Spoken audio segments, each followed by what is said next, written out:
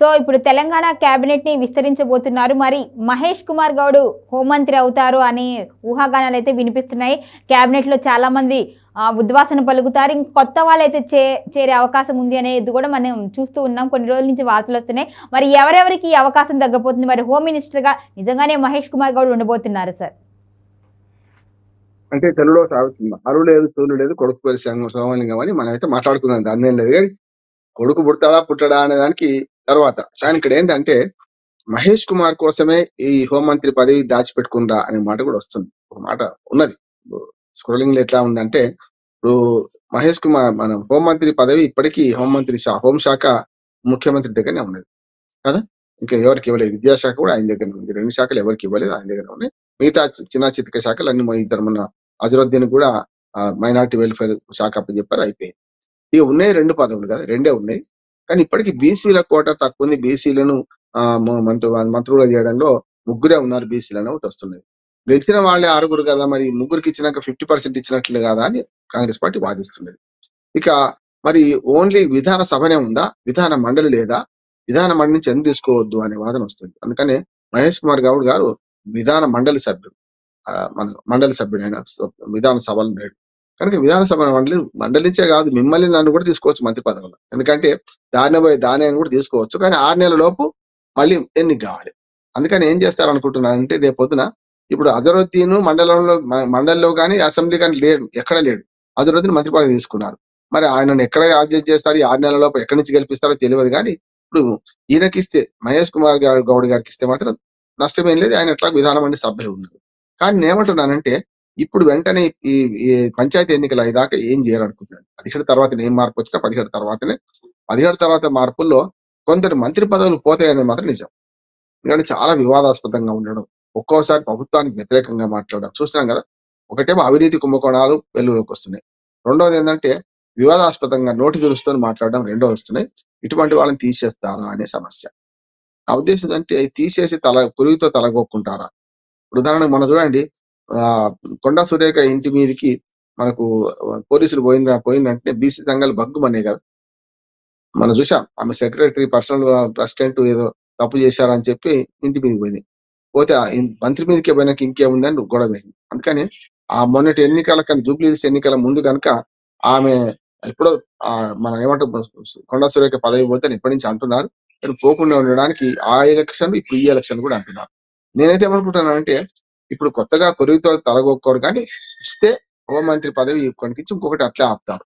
అట్లాగే రేవంత్ రెడ్డి గారు మెల్లమెల్లగా బలహీనంగా ఉన్న ముఖ్యమంత్రి బలంగా మారుతున్నాడు. వరకం చెప్పాలంటే ఆయన పిసిసి అధ్యక్ష పదవి ఇయ్యగానే 100 కోట్లు కొనుక్కున్నావా అని కోమటిరెడ్డి వెంకటరెడ్డి తిట్టింది కదా, చూసినాం కదా.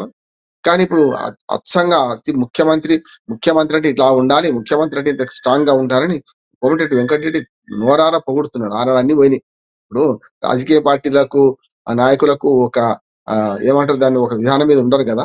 నరం లేని నాలుక అంటారు కదా, ఏదైనా మాట్లాడుతుంది. అంటే ఇదైనా అదే సమర్థించుకుంటారు. కనుక ఆ రకంగా వెంకటరెడ్డి గారు అంతకుముందు చాలా మంది సీనియర్ నాయకులు అందరూ ఆయన పిసిసి ప్రెసిడెంట్ గారు చాలా మంది వ్యతిరేకించారు. కానీ అందరి దగ్గర పోయి కలిసి వచ్చిండు, చూసిండు కదా, ప్రతి దగ్గర కలిసి వచ్చిండు. ఇవాళ మన జూబ్లీహిల్స్ ఎన్నిక తర్వాత రేవంత్ రెడ్డి ఖచ్చితంగా పార్టీలో ప్రభుత్వంలో కూడా స్ట్రాంగ్ గా మారిండు. కొద్ది అనుభవానికి కూడా వచ్చింది. 2 ఏళ్ల అనుభవం తక్కువదే ముఖ్యమంత్రిగా. ఎందుకంటే ఆయన అంతకుముందు ఎక్కడో మంత్రి పదవి ఎప్పుడు చేయలే. ఎప్పుడు కూడా రేవంత్ రెడ్డి ఒక ఎమ్మెల్యేగాను, జడ్పీటీసీ నుంచి మొదలుపెట్టి ఎమ్మెల్యేగాను, ఎంపీగా ఉన్నాడు తప్ప ఎన్నడూ అధికారం పార్టీ మనకు అంటే ప్రభుత్వంలో భాగం అంటే మంత్రిగా ఉన్నప్పుడే పబ్లిక్ సర్వెంట్. అంతకుముందు ఓ సభల సభ్యుడు మాత్రమే. కనుక మొట్టమొదటిసారి ఏ మంత్రి పదవి నిర్వహించకుండా వచ్చిన ముఖ్యమంత్రులలో ఈయన ఉమ్మడి తెలంగాణ రాష్ట్రం వచ్చిన తర్వాత ఈయన ఫస్ట్. అంతకుముందు ఒక ఆయన ఉన్నాడు, ఎవరంటే నల్లారి కిరణ్ కుమార్ రెడ్డి గారు. ఆయన కూడా ఎప్పుడు మంత్రి చేయలేదు. వాళ్ళ తండ్రి అమర్నాథ్ రెడ్డి మంత్రి పదవి చేసింది.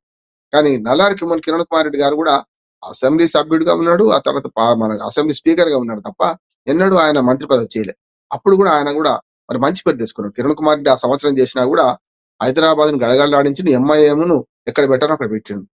ఇప్పుడు కూడా ఈ రేవంత్ రెడ్డి ఏదైతే ఈ 2 ఏళ్ల పరిపాలన చూస్తే మొదటిదాకా అధికారులు తోకజాడించిన అధికారులు కానీ తన పార్టీలో ఉన్న సీనియర్లు కానీ మెల్లమెల్లగా మనసు గెలుస్తున్నారు.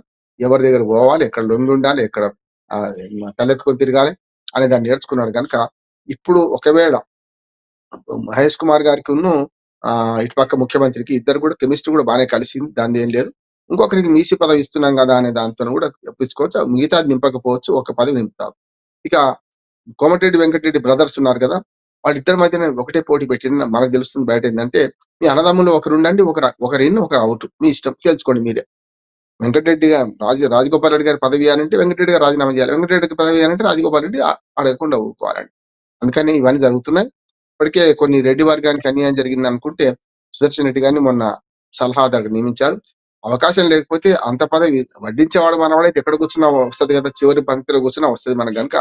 ఇప్పుడు రెడ్లను సంతృప్తిపరచడానికి సలహాదారు పేరు మీద పోస్టులు ఇస్తున్నారు. సలహాదారుకు కూడా క్యాబినెట్ హోదా ఉన్నది. అదొక 3 లక్షల రూపాయలు జీతము, అన్ని సౌకర్యాలు అన్ని ఉన్నాయి కనుక సలహాలు ఏమిస్తుండో తెలియదు కానీ ఈ సలహాలు ఇచ్చే వాళ్ళందరూ అయితే ముంచుతున్నారు. గతంలో కేసీఆర్ ముంచింది ఉన్నారు. ఇప్పుడు ఇక్కడ సలహాదారుగా ఒక ఆయన ఉన్నాడు. మొన్నదా కేసీఆర్ గారి దగ్గర 2వ స్థానంలో ఉన్నాడు, ఇక్కడ ఉన్నాడు. వీళ్ళు సలహాలు ఏం చెప్తలేరు, చూస్తూ ఊరుకుంటున్నారు. అంటే మునుగుతే మునుగని వాడు వాని ఇష్టం ఏమన్నా కానీ మనమైతే సలహాదారు, మన పదవి సురక్షితంగా ఉంటుంది, బాగుంటుందని నా బొజ్జకు శ్రీరామ రక్ష అని అంటున్నారు.